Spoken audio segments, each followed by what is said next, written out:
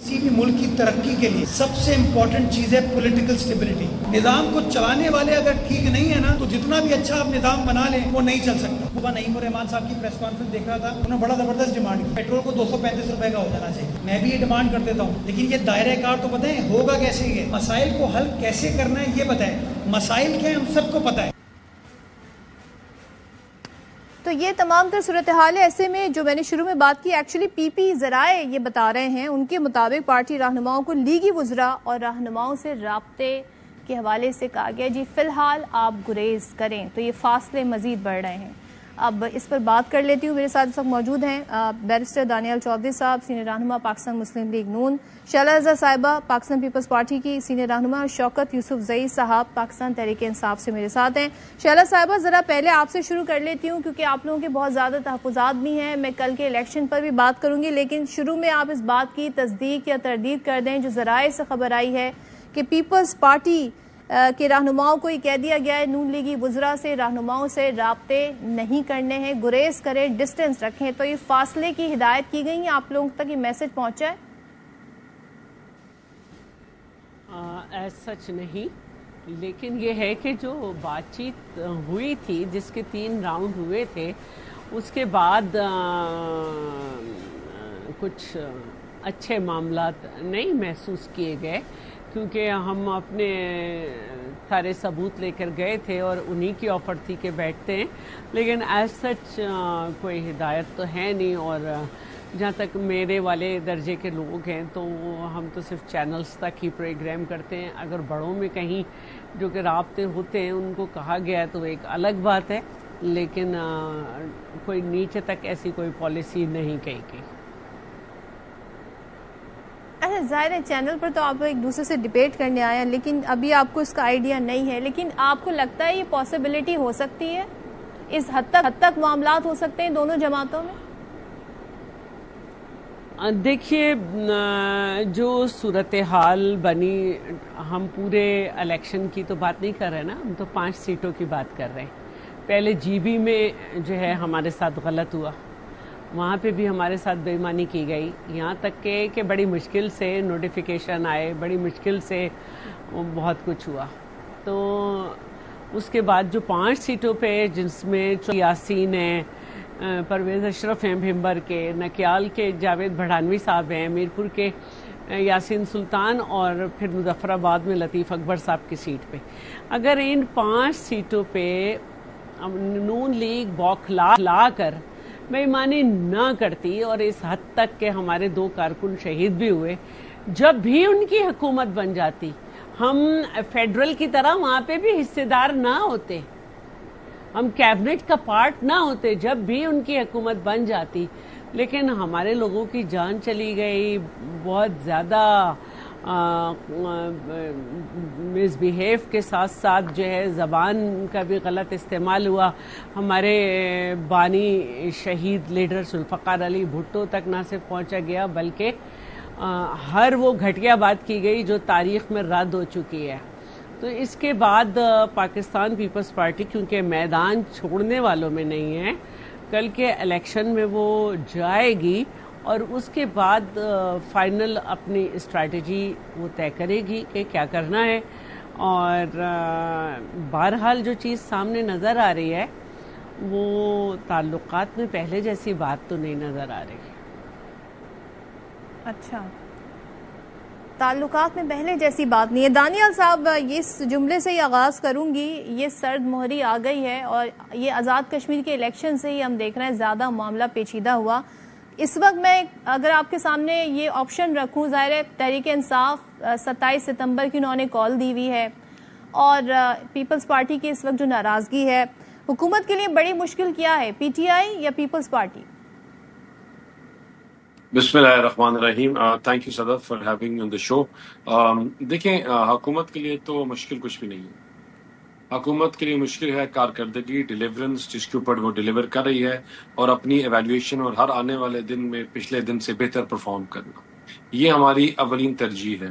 ہم نے جب حکومت لی تھی تو ایک چیز سے تو ہم بخوبی واقف تھے کہ کانٹوں کی سیج ہے, پھولوں کی سیج نہیں, اور اس میں سب جماعتوں کو یہ کہا گیا تھا کہ آپ ساتھ جوائن کریں. اب اس ٹائم سے لے کر آج تک جب ہم نے لی تھی وہاں بات ہوتی تھی 20 گھنٹے 40 گھنٹے 50 گھنٹے 70-72 گھنٹے میں حکومت جو ہے دیوالیہ اور پاکستان دیوالیہ ہو رہا ہے یا ڈیفالٹ ہو گیا ہے. وہاں سے شروع ہو کر ہم یہاں تک پہنچے ہیں. اس میں بڑی دن رات کی محنت ہے, کاوشیں ہیں, ہمارے ڈفرینس آف اوپینین ہو سکتا ہے, ڈفرینس ہو سکتا ہے, ڈفرینٹ چیزوں کے اوپر ہو سکتا ہے, لیکن جہاں تک ہمارا الٹیمیٹ گول ہے وہ پاکستان کو مستحکم کرنے کا, پاکستان کو مضبوط کرنے کا, اور پاکستان کو جو اب اس پوزیشن پہ ہے کہ IMF سے خیر آباد کر کے ٹیک آف پوزیشن کے اوپر ہم کھڑے ہوئے ہیں. تو I don't think so Peoples Party is a mature party. Differences grievances ہوئیں گے اور ان کو انشاءاللہ ایڈریس بھی کریں گے, لیکن ہم ساتھ ہی چلیں گے وفاق پہ. دوسری بات کشمیر کے الیکشن. دیکھیے کشمیر کے الیکشن میں ہر جماعت ایک سیکنڈ, آپ نے کہا کہ کہا گیا تھا ساتھ چلیں, تو یہ اسٹیٹس ابھی برقرار ہے ساتھ چلنے کا؟ یہ دوریوں کی باتیں کہاں سے آ گئیں؟ شیلا صاحبہ کہہ رہی ہیں جی دوری تو آ گئی ہے, اور ہم سن رہے ہیں ذرائع سے خبریں یہ بھی آ رہی ہیں پیپلز پارٹی کو یہ میسج دے دیا گیا ہے. پارٹی نے ہی میسج دیا ہے, ظاہر اعلیٰ قیادت نے دیا ہوگا کہ آپ ڈسٹنس رکھیں نون لیگی رہنماؤں سے. دیکھیں جتنے مرضی میسج دے دیں انشاءاللہ ہم ساتھ ہی چلیں گے, ڈفرینسز کو حل کریں گے. زرداری صاحب ایک بڑے زیرک سیاستدان ہیں اور چیزوں کو ہم ساتھ لے کے چلیں گے in the larger interest of the country. جہاں تک بات ہے اب دوسری چیز کی کشمیر الیکشن, دونوں ہی مسکرا رہے ہیں, شیلا صاحبہ بھی اور شوکت صاحب بھی آپ کی بات پہ اس بات پہ بڑا مسکرائے. دیکھیں وہ اس لیے مسکرا رہے ہیں کہ شیلا صاحبہ کو پتا ہے میں کیا کہہ رہا ہوں, اور شوکت صاحب کو بھی تھوڑا سا ان کو معلوم نہیں ہے میں کیا کہہ رہا ہوں. تو آپ کو نہیں پتا لیکن آپ جہاں کیا کہہ رہے ہو. شیلا صاحبہ کی جماعت کو پتا ہے کہ میں وہ کیا یہ کہہ رہے ہیں آپ پرانی تنخواہ پر ہی کام کریں گے, اس لیے ذرا حوصلہ رکھیں آپ. میں اس کا جواب دوں گی. صدر ایک اور چیز دیکھیں کیا نام ہے, جو ڈفرینسز ہیں دیکھیں آپ کو کشمیر کے الیکشن میں آئے, یاسین صاحب کی سیٹ کے اوپر بات کی. دیکھیں یاسین صاحب کی سیٹ کے اوپر اور کشمیر میں بالکل آپ کو بات نکلی کہ وہاں دھاندلی ہو رہی ہے. جب دھاندلی اس کی پروب کی وہاں کے کینڈیڈیٹ نے, تو وہ پتہ چلا کہ ڈبے اور چیزیں یاسین صاحب کے گھر سے ملی, اور کینڈیڈیٹ کون تھا؟ ہماری مسلم لیگ نون کا کینڈیڈیٹ تھا فاتح, ینگ کینڈیڈیٹ تھا جس کے خلاف یہ ہوا.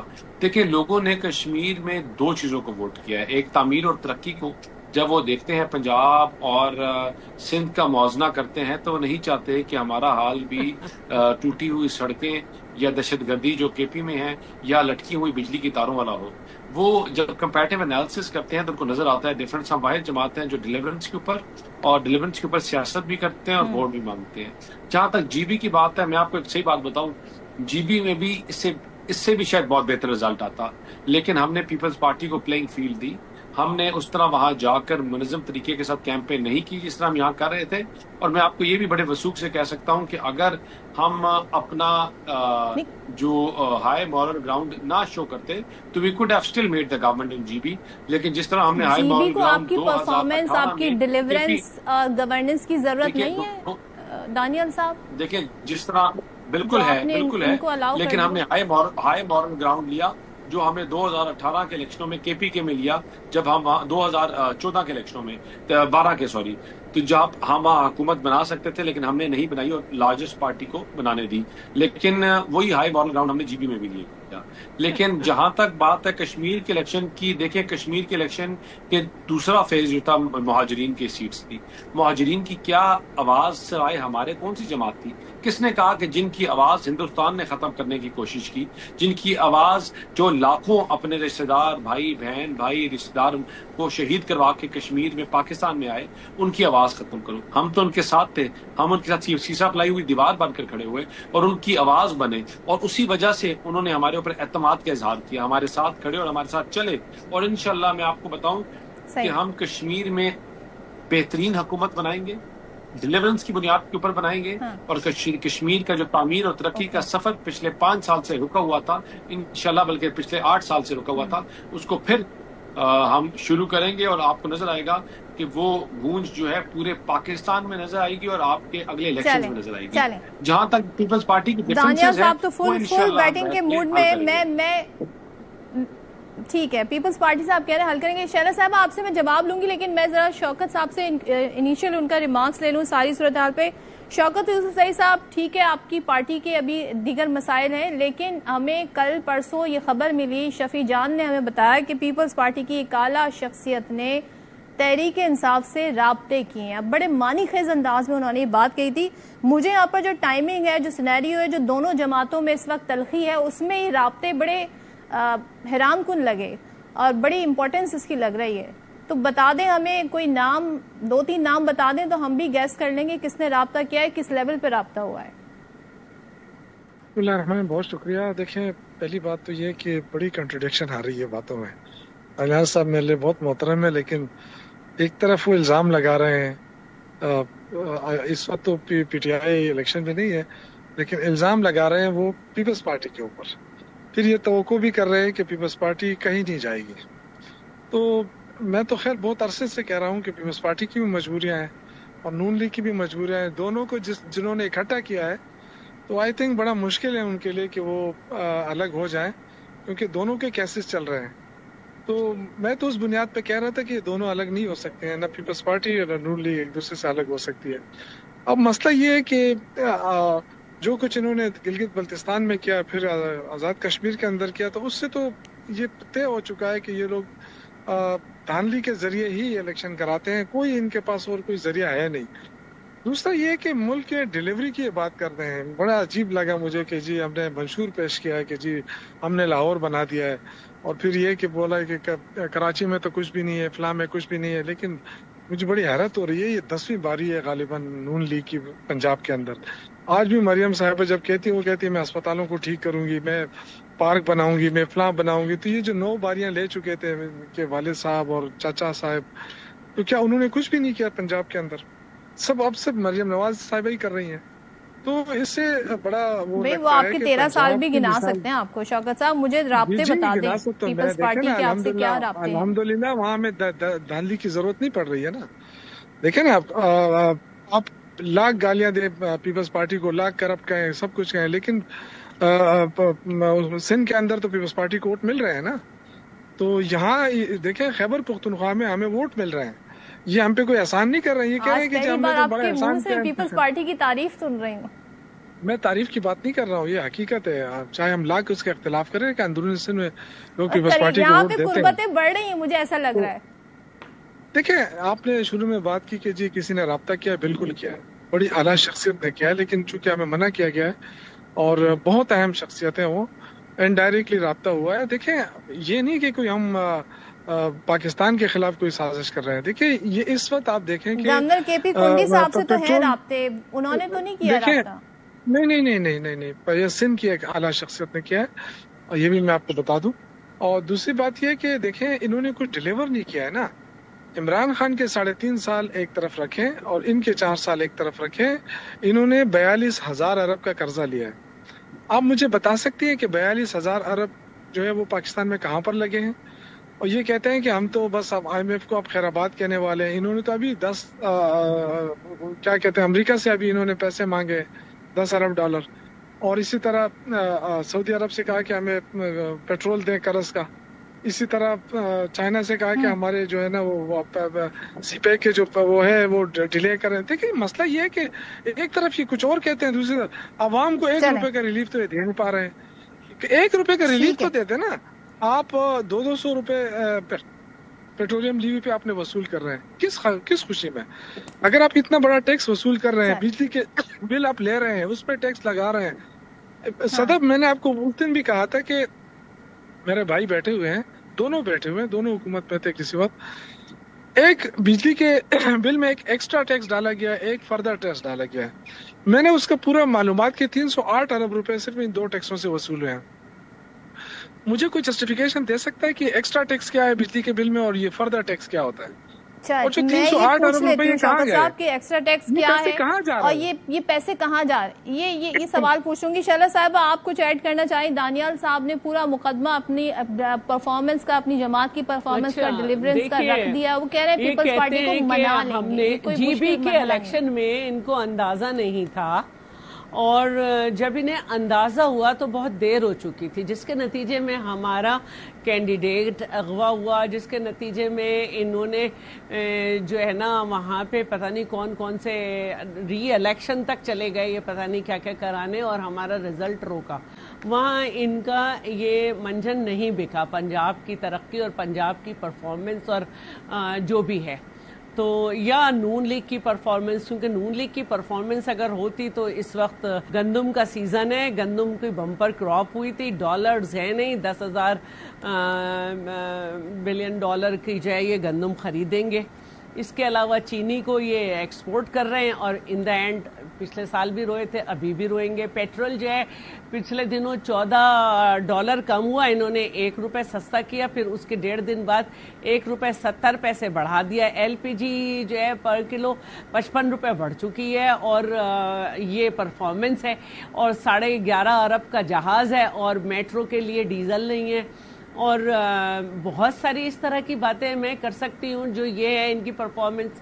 جی بی میں ان کے پہلے لیپ ٹاپ بانٹ رہے تھے وزیر، یہاں پہ انہوں نے پری پول میں بسیں بھجوا دی. اب یہاں پہ ان کو مسئلہ یہ تھا کہ جی بی تو یہ سہ گئے، انہوں نے بہت بے ایمانی کی کوشش کی، لیکن یہاں پہ ان کو یہ مسئلہ آ گیا تھا کہ ان کو یہ بتایا گیا، ان کو کہیں سے سمجھایا گیا کہ بھائی یہ میر پور جو ایڈجسٹنٹ ٹو پنجاب ہے، اگر یہ بھی ہار گئے تو پہلے ہی جو ہے وہ 20 سیٹیں اور 17 سیٹوں کا تانا ہے، تو سمجھو بالکل ہی کتاب میں سے آپ کے سارے صفحے پھٹ جائیں گے، تو یہ آپ نے جیتنا ہے. تو یہ اتنے بوکھلا گئے کہ یہ جو بات کرتے ہیں چودھری یاسین کی، ہم نے یہ نکالا اور وہ نکالا کہ جب 15 سے 25 تک کے پولنگ اسٹیشنز چڑھوئی کے قبضہ کیے گئے اور اس کے بعد 10 اور، تو وہاں پہ جو پورے دن میں 11 سے 25% تک ٹرن آؤٹ ہوا تھا، ان پہ 90% ٹرن آؤٹ ہو گیا. اور تو اور یہ بات کر رہے ہیں کہ ان کے گھر سے نکلی، یہاں پہ تو پورے ویلاگرز نے اور مختلف لوگوں نے وہ دکھائی کہ ایسے ٹھپے لگے نون لیگ کے کہ جو پرچی کو کٹ کے ریٹرننگ آفیسر کے پاس رکھا جانا چاہیے وہ بھی لوگوں کو نظر آ گئی. تو بے ایمانی آپ نے کر لی نا. رہی بات مہاجرین کے سیٹ کی، تو دیکھیے جناب، مہاجرین کی سیٹ کا فیصلہ چاہے میں اس کے حق میں ہوں چاہے اس کے حق میں نہ ہوں، لیکن بات یہ ہے کہ وہ ایڈمنسٹریٹو جو ہے ڈیسیشن سے نہیں ہو سکتا، اس کو ہر حال میں آپ نے لانا ہوگا اسمبلی میں، اور یہ جو ہے کانسٹیٹیوشنل میٹر ہے اس میں کرنا ہوگا. تو اس کا کوئی کریڈٹ صرف آپ یہ لیں کہ وہ 12 سیٹیں تو آپ کی جیب میں ہی رہتی نا، آپ کی حکومت پھر بھی بنتی، وہ 12 سیٹیں تو آپ کی جیب میں ہی تھی. تو یہ جو بوکھلاہٹ کی آپ نے 5 سیٹوں پہ، جس کی ویڈیو بھی آئی، دو لوگوں کا مرڈر بھی ہوا، تو آپ کی حکومت تو ویسے ہی بن جاتی. تو یہاں پہ جو آپ کی پرفارمنس ہے اسے کوئی نہیں دیکھ رہا، معاف کیجیے گا، ان کے اپنے الگ میٹرز ہیں. آپ کی پرفارمنس ہوتی آپ کہہ رہی ہیں پرفارمنس نہیں ہے، یہاں پہ معاملہ ہی بندوبستی معاملہ ہی کچھ اور ہے. حمایت بھی ہے ان کے لیے اور دھرنا بھی ہے، اور آپ وہاں کے بہت بڑے خدمت گزار اور پرفارمر رہے ہیں، تو وہ 7 سیٹوں کا الیکشن ہو جاتا، کھل جاتا آپ کے لیے سب کچھ، لیکن نہیں ہو رہا. تو میں آپ کو یہی بتانا میں اس کا جواب دانیال صاحب سے لوں گی کیونکہ وہ بہت ساری باتوں پر آپ کی بات نیگیٹ کرتے ہوئے مجھے نظر آ رہے تھے. ٹھیک ہے شیلا صاحبہ، میں بریک لیتی ہوں، بریک کے بعد واپس آتے ہیں. تو شیلا صاحبہ کے جو سوال ہیں اس کے جواب دانیال چودھری صاحب سے لیں گے. Welcome back once again. اور دانیال صاحب آپ جواب دینا چاہیں، شیلا صاحبہ نے بتایا جی کہاں پہ کیا کیا ہوا، پھر مہاجرین کی سیٹ کو لے کے کیا اس میں کوئی حرج ہے؟ ویسے اگر یہ جو کہہ رہی ہیں کہ اس ایشو کو پارلیمنٹ میں لے جایا جائے ایڈمنسٹریٹو رکھنے کے، اس کو کانسٹیٹیوشن میں اس میں رد و بدل اس حوالے سے کیا جائے. دیکھیے شیلا صاحبہ نے اتنا زور لگایا، تو اتنا زور لگانے سے پہلے یہ تو تھوڑا سا تو یہ تو سوچتی ہاں حکومت کس کی تھی، وزیر اعظم کس کا تھا، جو ریونیو آفیسرز لگائے ہوئے تھے کس نے لگائے ہوئے تھے، پولنگ ایجنٹس پولنگ سکولز کس نے لگائے ہوئے تھے، تمام ان کے تھے. اپنے انٹیریئر منسٹر سے پوچھیں، اپنے جا کے پرائم منسٹر سے اپنے پوچھیں، اپنے لوگوں سے پوچھیں، ٹھیک ہے نا. سارا کچھ جو الیکشن کمیشن کو سب چیزیں دیتی ہیں وہ انڈیا کی حکومت نہیں دیتی، وہ چائنا کی نہیں دیتی، وہ آزاد کشمیر کی دیتی ہے، اور انہوں نے دیا. اور اس کے بعد دیکھیں اب آپ کا ان کا مسئلہ یہ ہے کہ 47 بھی کرتے ہیں, کبھی کیا کہتے ہیں, کبھی کیا کہتے ہیں.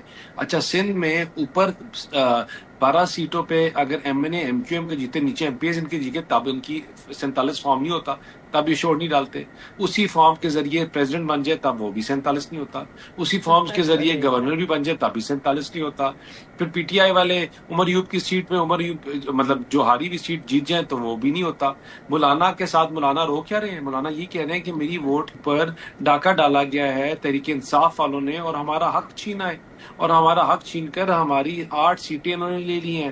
ٹھیک ہے نا, تو سب کا یہ رونا ہے. لیکن میری بات پھر وہی ہے, ایک جماعت تفریق, نفرت اور کفن باندھ کے سر کے اوپر آنے کی سیاست کرنا چاہتی ہے, ایک صوبہ کارڈ کھلنے کی سیاست کرتی ہے, اور ہم واحد جماعت ہے جو کوئی صوبہ کارڈ نہیں کہتے, جو یہ کہتے ہیں پنجاب پنجاب پنجاب. ہمارے منہ سے کبھی بھی ہم نے کوئی صوبہ کارڈ نہیں کہا. حکومت نا ان کی سپورٹ سے بنی ہوئی ہے. اب یہ سوچیں, ایسا تو ہم نے اتنے عرصے میں سنا نہیں کہ پیپلز پارٹی سے سندھ سے اعلیٰ شخصیتیں تحریک انصاف سے رابطے کی ہوں, تو یہ تو آپ کے لیے بڑے کنسرننگ ہونا چاہیے اس وقت یہ ایشو. دیکھیں, ہم تحریک انصاف سے تو ہمارے بھی رابطے ہیں, ہم بھی چاہتے ہیں بیٹھ کے مفاہمت سے چیزیں حل ہوں, ہم بھی چاہتے ہیں کہ چیزیں آگے چلیں, لیکن وہ اپنے تحریک انصاف والے اپنے دشمن خود ہیں. کبھی ان کی بہن اسٹیٹمنٹ دیتی ہیں پاکستان کے خلاف, مارکہ حق بیان المرصوص کے خلاف, شہداؤں کے خلاف. ہم تو چاہتے ہیں کہ مفاہمت سے چیزیں آگے چلیں, بیٹھ کر چلیں, چیزوں کا حل کوئی نکلے, سب ساتھ لے کر چلیں. اور دوسرا جو حکومت کی بات ہے, دیکھیں یہ ہماری آپشن نہیں تھی. ہم نے پہلے ان کو کہا کہ آپ حکومت لیں, یہ حکومت لینے سے بھاگ گئے اس لیے کہ بنائیں آپ حکومت, کیونکہ ان کو پتا تھا کہ 1 مہینہ 2 مہینہ 3 مہینے بعد یہ کولیپس کر جائے گی, ملک ڈیفالٹ ہو چکا ہے. ان کو پتا تھا کہ یہ کچھ گھنٹوں میں ہو رہا ہے. یہ بیٹھ کر انہوں نے کہا کہ ہم ڈرامے لگائیں گے, آئینی پوزیشنز قائم رہیں گی اور سارے ہٹ جائیں گے. ان کو کیا پتا تھا کہ کارکردگی کی بنیاد کے اوپر آنے والی جماعت جس کو اپنا سبق بخوبی واقف ہے اپنے سبق سے, اور ہمیشہ جب ملک بحرانوں میں ملا, وہ دہشت گردی کے میں ملا, وہ بجلی کے بحران میں ملا, یا کوئی اور بحران میں ملا, ہم نے اس کو حل کیا اور اس سے نکالا. تو ان کو کیا پتا تھا کہ یہ جو جس کو یہ لنگڑا لولا کہتے ہیں, یا کہتے ہیں کہ جو انٹرنیشنل آئسولیشن میں ہے اس کو پیس میکر کہا جائے گا, اس میں آج وہ ٹرکی ہو, سعودی عرب ہو, ان کے ساتھ بیٹھ کر کانٹریکٹس, پیس کانٹریکٹس کر رہا ہوگا, جو ڈیفنس کے معاہدے کر رہا ہوگا. آج ہر پاکستانی کا سینہ فخر سے چوڑا ہو گیا ہے کہ ہم کس طرح پاکستان جو انٹرنیشنل آئسولیشن میں تھا, دنیا اس کو پہچان رہی ہے. اور دنیا پہچانتی ہے آپ کے پرائم منسٹر شہباز شریف صاحب کو اور فیلڈ مارشل عاصم منیر صاحب کو. یہ پاکستان کی ریکگنیشن ہے. پاکستان کی آج ریکگنیشن دہشت گرد ملک نہیں ہے, کوئی آئی ایم ایف کا ڈیفالٹ ملک نہیں ہے, ایک طاقتور قوت ہے, اور وہ انشاءاللہ یہ طاقتور قوت جو ہے ہر آنے والے دن میں اور طاقتور ہوگی. اس کو کوئی جو پراکسیز یا کوئی اس طرح کی لیفٹ رائٹ باتیں کر کے اس کو گھٹنوں پہ نہیں لا سکتی. اور یہ جو پاکستان نے ایک آج پرسوں معاہدہ کیا ہے, جو ڈیفنس معاہدہ جو ٹرکی کے ساتھ اور سعودی عرب کے ساتھ ہے, یہ پاکستان کو اور زیادہ مقبول کرے گا اور پاکستان کی صلاحیت ان کو انڈرمائن کرے گا, جو پورے سے ریجن میں ایک بیلنس آف پاور کی جو گیم ہے اس میں بہت بڑا رول پلے کریں گے. پاکستان مسلم لیگ نون کو جاتا ہے. ان شارٹ دانیال صاحب یہ کہہ رہے ہیں, شوکت یوسفزئی صاحب آپ لوگ کی ظاہر ہے, مجھے آپ کو ہم سب کو جاتا ہے اس کا کریڈٹ, اور اس کی ہم سب کی اکٹھی کنٹینیوس ریگرس ایفرٹ ہے جس کی وجہ سے یہ اللہ تعالیٰ نے پاکستان بخشی ہے. اور اس میں دیکھیں آپ when you work together as a nation, تو پارٹی کی پوزیشن اس وقت مجھے بڑی ڈفرینٹ نظر آ رہی ہے. آگے بھی دے گا اپنے نون لیگ کہہ رہی ہے ہم بھی رابطے کر رہے ہیں, پیپلز پارٹی بھی رابطے آپ سے کر رہی ہے. کس کی طرف جانا چاہیں گے؟ اب آپ کے پاس تو بڑے آپشنز آ گئے ہیں شوکت یوسفزئی صاحب. دیکھیں پہلی بات تو یہ ہے نا, میرے بھائی نے اتنے اپنے فوائد گنوائے, اتنے فائدے گنوائے اس حکومت بنانے کی, لیکن جب آپ مڑ کے دیکھتے ہیں تو عوام چیخ رہی ہے, عوام رول رہی ہے. یہاں پہ کیا آزاد کشمیر اور گلگت بلتستان ہم سے بہت دور ہے, کیا ان کو نہیں پتا ہے؟ سارے لوگ پنڈی اسلام آباد میں رہتے ہیں, ان کو نہیں پتا ہے کہ اس حکومت نے کیا کیا ہے. اس حکومت نے سوائے مہنگائی کے, بے روزگاری کے, بدامنی میں اضافے کے کیا کیا ہے؟ اس کے کریڈٹ پہ کیا ہے؟ اور یہ دیکھیں, یہ جو سعودی عرب اور ترکی اور یہ جو پیس معاہدہ ہے نا, یہ کوئی بھی حکومت ہوتی, کیونکہ ایران کا جو سلسلہ شروع ہوا ہے, جو وار ہوئی ہے, اس کے بعد کوئی بھی حکومت ہوتی تو اس طرح یہ معاہدہ ہو جاتا. تو بہرحال یہ کریڈٹ نہیں ہے ان کا, یہ حالات ایسے ہیں. لیکن جو اصل ان کی ذمہ داری تھی کہ عوام کو روزگار دینا, عوام کے لیے مشکلات کم کرنا, وہ تو اضافہ ہی اضافہ ہو رہا ہے.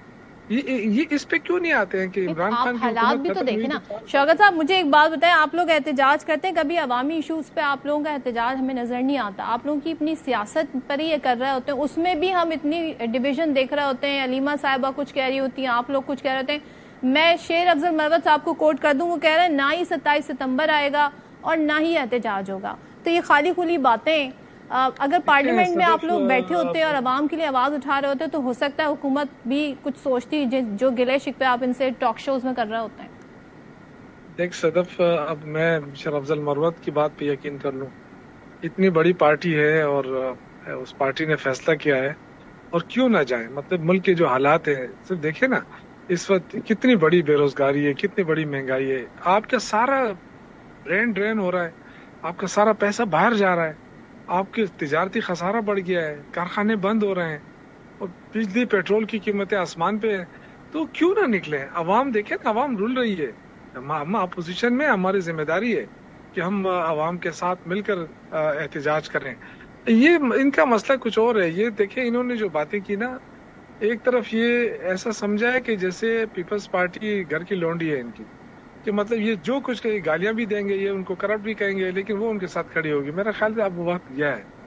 جنہوں نے ان کو اکٹھا کیا تھا وہ بھی شاید ان سے نہ لائیں, ورنہ محسن نقوی صاحب بڑی بات نہ کریں, کیونکہ بڑے کانفیڈنس کے ساتھ نون لیگ کہتے ہیں کہ پرانی تنخواہ پہ آ جائے گی 11-12 اگست سے ہی پیپلز پارٹی. آپ کہہ رہے ہیں ایسا ہوگا نہیں, تو آپ کس بنیاد پر کہہ رہے ہیں؟ یہ دیکھیں, اگر آ جاتی ہے تو پھر تو میں نے جو بات کی وہ پھر صحیح ہوگی نا, کہ ان کو جنہوں نے اکٹھا کیا ہے وہی ان کی ذمہ داری لے رہے ہیں.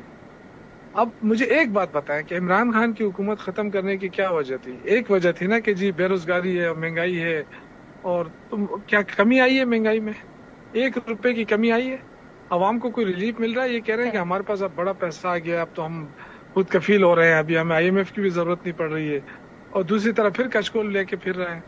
تو اس طرح نہیں چلتا ہے سسٹم. آپ باتوں سے نہیں چلا سکتے. آپ مان لیں کہ آپ ناکام ہو چکے ہیں, آپ مان لیں کہ آپ کا جو سسٹم ہے وہ کولیپس کر گیا ہے, اور گھر کے بیدی لنکا ڈائے والی بات تھوڑی مان لیں گے, آپ کی خواہشوں پہ نہیں چلیں گے. شیلا صاحبہ کوئی راستہ نہیں ہے, آپ نے جھرلو پھیل لیا. ٹھیک ہے, دیکھیے دو باتیں کی. ایک تو انہوں نے بڑے غرور سے کہا کہ ہائی مورل گراؤنڈ پہ ہم نے جی بھی حکومت دی. بھائی آپ کون ہوتے دینے والے؟ آپ نے تو, میں نے کہا کہ ہمارے لوگ اغوا کیے. آپ جو تھے وہ ریکاؤنٹنگ میں جب چلے گئے, تو جب آپ نے دیکھا کہ ریکاؤنٹنگ میں بھی آپ کا مسئلہ حل نہیں ہو رہا, تو آپ نے رزلٹ روک کے کہا نہیں ری پولنگ کروانی چاہیے. یہ کانفیڈنس 2024 کے الیکشن کے بعد اس کے بعد یہ, اب صدف آپ مجھے بات تو پوری کرنے دیا کریں. اس کے بعد آپ یہ کہہ رہے ہیں کہ ہماری کشمیر میں حکومت ہے. دیکھیے کشمیر میں حکومت ضرور ہے, لیکن جب الیکشن ہونے لگتا ہے تو تمام اختیارات حکومت الیکشن کمیشن کو دیتی ہے. کتنی فورس چاہیے, کتنی پولیس چاہیے, کتنا کیا چاہیے, کون ریٹرننگ آفیسر لگے گا, کون کچھ لگے گا, یہ حکومت کے کام نہیں ہوتے. اب جو لوگ جیتے ہی نہیں خود اپنے طور پہ, تو انہیں کیا پتا کہ یہ کس کے کام ہوتے ہیں. یہ ہائیسٹ مورل گراؤنڈ نہیں تھا. آپ نے جو مظاہرہ کیا ہے یہ لووسٹ مینٹل لیول کا مظاہرہ تھا. اور جو آپ یہ کہہ رہے ہیں کہ پرانی تنخواہ پہ کام کریں گے, تو پرانی تنخواہ پہ تو نون لیگ کام کر رہی ہے. اپنے ہی کیبنٹ کے ایک ممبر نے کہہ دیا کہ سوائے وزیر اعظم کے سب فیلئر ہیں, لیکن اس منسٹر کے ساتھ چل رہی ہے, ان کے ساتھ مل کے کام کر رہی ہے. دوسری بات, اکانومی کی آپ بات کر رہے ہیں. میں نہیں سمجھتی کہ آپ نے اکانومی کو بہتر کیا ہے. آپ مجھے خود بتائیے کہ ایکسپورٹ بڑھی کیا؟ انویسٹر 80 to 85% پیچھے نہیں ہٹے کیا؟ آپ کی انڈسٹریز کی پروڈکشن بڑھی؟ کچھ بھی نہیں ہوا. ہاں, آپ نے جو ہولڈ کر رکھا ہے, جو آپ بار بار کہتے ہیں کرنٹ اکاؤنٹ خسارہ وغیرہ, وہ آپ نے ڈالر آرٹیفیشلی ہولڈ کیا ہوا ہے. اسٹیٹ بینک نوٹ چھاپ رہا ہے. آپ نے ریمیٹنسز کو آپ دیں, اور ریمیٹنسز زیادہ بٹ آپ ان کا ساتھ دے رہے ہیں نا, جو مہنگائی ہے اس کی وجہ سے لوگ بھیجتے ہیں. حکومت میں ایسی پرفارمنس دے رہا ہے, آپ کچھ بھی نہیں کر سکے. اور رہی بات پیپلز پارٹی کی, پیپلز پارٹی کو کوئی مسئلہ نہیں ہے, نہ ہمارے کیسز ہیں. PTI نے بھی اپنے دور میں ساری حسرتیں پوری کی. زرداری صاحب تو کیا, فریال صاحبہ کو بھی نہیں چھوڑا, شرجیل, خورشید شاہ صاحب. ہم جیلوں ویلوں سے گھبرانے والے لوگ نہیں ہیں. جو گھبراتے ہیں انہی کو مسائل ہوتے ہیں, ہمارے لیے کوئی مسئلہ نہیں ہے. دانیہ صاحب لاسٹلی اتنی ساری اکانومک انڈیکیٹرز پہ بات شارپلی آپ مجھے کوئکلی بتا دیں کہ بھائی پرفارمنس نہیں ہے آپ کی، اب یہ ساری چیزیں آرٹیفیشلی آپ نے کی ہوئی ہیں اور اس پہ بہت کچھ کہا میں تو انہوں نے اتنی اچھی باتیں کی ہیں کہ میں کیا باتیں کی ہیں کہ آپ نے روپے کو روکا ہے آرٹیفیشلی ڈالر پرنٹ کر کے یا ڈالر پرنٹ کر کے آپ نے روپے کو روکا ہوا ہے. یہ بھی بڑی اچھی بات ہے. یہ ہمیں طریقہ سکھائیں ہمیں بھی، یا یہ ہمیں طریقہ سکھائیں کہ وہ کیا طریقہ ہے، کس طرح روک سکتے ہیں، ہم بھی سیکھ لیں ان سے. اور جہاں تک کارکردگی کی بات ہے وہ بھی ہمارے سامنے ہے. ان کے صوبے اور پورے پاکستان کا حال کے ساتھ بیٹھے پتہ چل جائے گا. دیکھیں جب آپ اکانومی کی بات کرتے ہیں تو سب سے بڑی چیز کیا ہوتی ہے؟ دو چیزیں. ایک ہوتا ہے آپ کا جو ٹریڈ سرپلس یا ٹریڈ ڈیفیسٹ. جتنا عرصہ پچھلی حکومتیں رہی ٹریڈ ڈیفیسٹ ہی رہا. آپ کی پہلی یہ 2 سال رہے ہیں جو آپ کا ٹریڈ سرپلس رہا ہے. گروتھ کے ڈفرنٹ میکینزم ہوتے ہیں، طریقے ہوتے ہیں، لیکن آپ کا پہلی دفعہ یہ ہوا کہ آپ کی جو اسٹاک مارکیٹس تھی اس نے ہائیسٹ اچیو کیا. آپ کا ٹریڈ سرپلس رہا. آپ کا روپیہ پچھلے 3 سال میں آلموسٹ اسٹیگننٹ رہا اور ڈالر کی مقابلے میں مضبوط ہوتا رہا. آپ کی ہر چیز بہتر ہوتی رہی. اور جہاں تک میرے بھائی تحریک انصاف والے بات کریں، دیکھیں یہ معیشت کی اگر بات کریں، اگر معیشت کی بات چیلنج کرتی ہوں اس میں ایک بات بھی، ان کی کوئی منسٹری اپنا ٹارگیٹ اچیو نہیں کر سکی. یہی وجہ ہے کہ ان کے ہر منسٹر کو اپنے ڈپارٹمنٹ کی پرفارمنس دینے کو کہا ہے. ٹریڈ ڈیفیسٹ اسے کرتے ہیں کہ ایکسپورٹ بہت کم ہے اور پبلک تک اس کے اثرات آنے چاہیے نا، اس کے ثمرات ملنے چاہیے پبلک کو. پبلک آج بھی روز دیکھ رہی ہے پیٹرول پرائس کہاں جا رہے ہیں. ایک آخری بات دیکھیں، دوسری ایک ہمیں یہ سکھا رہے ہیں اور دوسری ہمیں وہ جماعت سکھا رہی ہے معیشت، جنہوں نے اپنی پہلی تقریر میں Sadaf it was not a joke, انہوں نے اپنی پہلی تقریر میں پتہ کیا کہا تھا عوام کو؟ پاکستانیوں تم لوگوں کو ہم کٹے دیں گے، کٹے بچے دیں گے، اس سے ہم ملک کو سنواریں گے. مرغیاں دیں گی، مرغیاں انڈے دیں گی، 4 مرغیاں 1 مرغا، اس سے ہم کو سنواریں گے. تھینک یو سو مچ دانیال صاحب. شائلہ رضا صاحبہ، آپ تینوں کا بہت شکریہ. اور یہ ایک بڑی لمبی بحث ہے جو ظاہر ہے پرفارمنس کا ایک بیانیہ نون لیگ لے کر چل رہی ہے، اور وہ اس بات کو بڑی کہتے ہیں نا کانفیڈنس کے ساتھ بتا رہے ہوتے ہیں کہ جی ہم نے تو ڈیلیور کیا ہے. مثال وہ پنجاب کی دیتے ہیں. باقی آپ نے دیکھا دونوں جماعتوں کا کیا موقف ہے، پیپلز پارٹی کو اور تحریک انصاف کا. بریک لیتی ہوں، بریک کے بعد واپس آتے ہیں. Welcome back once again. اور پاکستان کی کامیابیوں کا الحمدللہ سفر جاری ہے. سفر 2025 سے شروع ہوا تھا اور اب ہم دیکھ رہے ہیں کہ مکہ دفاعی معاہدہ تاریخی سنگ میل قرار دیا جا رہا ہے. اس کے بہت سارے بیش بہا فوائد بھی ہمارے سامنے رکھے جا رہے ہیں. ساتھ میں یہ بھی ایک اچھا ایک انڈیکیٹر میٹر مل رہا ہے، خوشخبری آپ اسے کہہ لیں، کہ دیگر مسلم ممالک بھی اس میں شامل ہو سکتے ہیں. کچھ ایسی وائبز بھی آ رہی ہیں. اسحاق ڈار صاحب نے بڑے ڈیٹیل اس حوالے سے بات کی ہے، جس کے نکات ہیں اس حوالے سے انہوں نے کہا ہے کہ یہ دفاعی نوعیت کا معاہدہ ہے اور ظاہر ہے، لیکن یہ جو کنٹریز ہیں ان کے آپس کے تعلقات بھی بڑے دیرینہ رہیں، بڑے اچھے رہیں. ہم ترکی کی بات کر لیں، ہم سعودی عرب کی بات کر لیں، پاکستان کی، تو اور باقی ممالک کو بھی اس سے بڑا کانفیڈنس ملے گا. اور ایک ایسے وقت میں جب دنیا ہم دیکھ رہا ہے کہ کسی ایک جگہ ایک لائن نہیں ہو پا رہی کسی ایک سوچ پر، چاہے آپ امریکہ ایران کی جنگ میں امریکہ نے بارہا چاہا کہ وہ دیگر ممالک کو بھی اس میں شامل کر لے، یورپ کو بھی شامل کر لے، مگر وہ اس طرف نہیں آئے. اسی طریقے سے ایران نے جب ریٹیلیٹ کیا تو جی سی سی کنٹریز پر بھی حملے کی امریکی بیسس پر، مگر یہ جی سی سی کنٹریز بھی اس جنگ کا حصہ نہیں بنی. ایسے میں بڑی کنفیوژن کا شکار یہ پوری گلوبل ورلڈ اور خطہ بالخصوص یہ معاہدہ بڑا اہم ثابت ہو رہا ہے اور اس کا خیر مقدم بھی کیا جا رہا ہے. ساتھ ہی امریکہ کے ساتھ عبوری معاہدے پر عمل درآمد جب تک نہیں ہو جاتا مذاکرات نہیں ہوں گے، عباس عراقچی نے کہہ دیا. اور دوسری جانب جے ڈی وینس کا جو بیان ہے، جو امریکہ کے نائب صدر ہیں، بڑا امپورٹنس رکھتا ہے اس سارے سینیریو میں کہ ایران امریکہ اس وقت کہاں پر کھڑے ہیں. ذرا سن لیتے ہیں وینس صاحب کیا کہہ رہے ہیں. Well, our expectation is you're going to see the same amount of oil and gas come out of the Gulf that you saw before the conflict started. That is what the Iranians have told us that they are going to do. That's what the entire Gulf coalition wants to do as well. We don't trust, we verify. Some people within the Iranian system, of course, talk about tolling. The Iranians have told us they have no plans to toll the Strait of Hormuz. And we're going to see what actions actually happen. اور Oman کی وزارت خارجہ کی جانب سے کہا گیا ابن حرمت سے متعلق ایران سے مذاکرات مثبت ہے اور ہمیں کافی عرصے سے یہ بتایا جا رہا ہے کہ بس کچھ ہی دن ہیں ایک معاہدے پر پہنچ جائیں گے اور یہ بڑا فیصلہ کن ثابت ہوگا. کرنٹ سینیریو میں. میں بات کر لیتی ہوں. اس وقت میرے ساتھ موجود ہیں میجر جنرل ریٹائرڈ زاہد محمود صاحب. تھینک یو سو مچ زاہد صاحب جوائن کرنے کے لیے. جوہر سلیم صاحب سابق سفیر ہیں. جوہر صاحب آپ کا بھی بہت شکریہ. زاہد صاحب آپ سے آغاز کرتی ہوں. ظاہر ہے پہلے میں ذکر کرنا چاہوں گی اس معاہدے سے متعلق جو ٹرائلیٹرل ہے پاکستان، سعودی عرب اور ترکی کا. اب ترکی کی بات کریں تو ہم جدید ڈرون ٹیکنالوجی کان جسے 5th جنریشن جیٹ فائٹر پر کام کر رہا ہے. پاکستان کے پاس ایک بڑی زبردست تجربہ کار فوج ہے، جوہری صلاحیت ہے پاکستان. سعودی فنڈنگ کی بات کر لیں، پھر ہم ان کی دفاعی انڈسٹری کی بات کر لیں، ملٹری کی بات کر لیں، کو پروڈکشن، کس حد تک تینوں دوسرے کے لیے بینیفیشل ہیں اس معاہدے کے تحت؟ جی thank you very much Sadaf for inviting me, اور ایمبیسڈر صاحب کو بھی، جوہر سلیم صاحب کو میرا بہت سلام. دیکھیں یہ اکومولیٹو اسٹرینتھ ہے جی ایک کولیشن کی، ایک کچھ کے ساتھ ساتھ کلیکٹیو جو اسٹرینتھ ہوتی ہیں، یہ جو کیپیبلٹیز ہوتی ہیں وہ بھی بڑا امپورٹنٹ رول پلے کرتی ہیں. آف کورس اس کے علاوہ یہ تو وہ ہیں جو ایک اپرنٹلی ہمیں اسٹریٹجک نوعیت کی کہہ لیں یا آپریشنل نوعیت کی اسٹرینتھس کہہ لیں. اس کے علاوہ جو مشترکہ ڈپلومیسی ہے، collective diplomacy, collective politics, collective approach to the conflicts. دیکھیں یہ جو بنا ہے coalition Pakistan, Saudi Arabia, Turkiye کا، اور انشاءاللہ آپ سون دیکھیں گے کہ اور بھی اسلامک کنٹریز اس میں شامل ہوتی جائیں گی. یہ اسلامک کنٹریز اس لیے نہیں شامل ہوتی جائیں گی کہ ہم ایک اسلامک نیٹو کی طرف جا رہے ہیں یا ایک اگریسو اپروچ ہے یا ایک اور ایکسپینشنسٹ اپروچ شامل ہونے والی ہے کسی بھی لائنز کے اوپر، چاہے سیکٹیرین ہو، ریلیجس ہو یا پولیٹیکل عزائم ہو.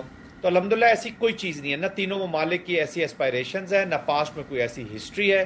یہ دو ہی اس وقت ایکسپینشنسٹ ڈیزائنز کے ساتھ تھاٹس آگے بڑھ رہی ہیں، ہندوتوا انڈیا اور Jewish Zionism with Likud party in power in Israel.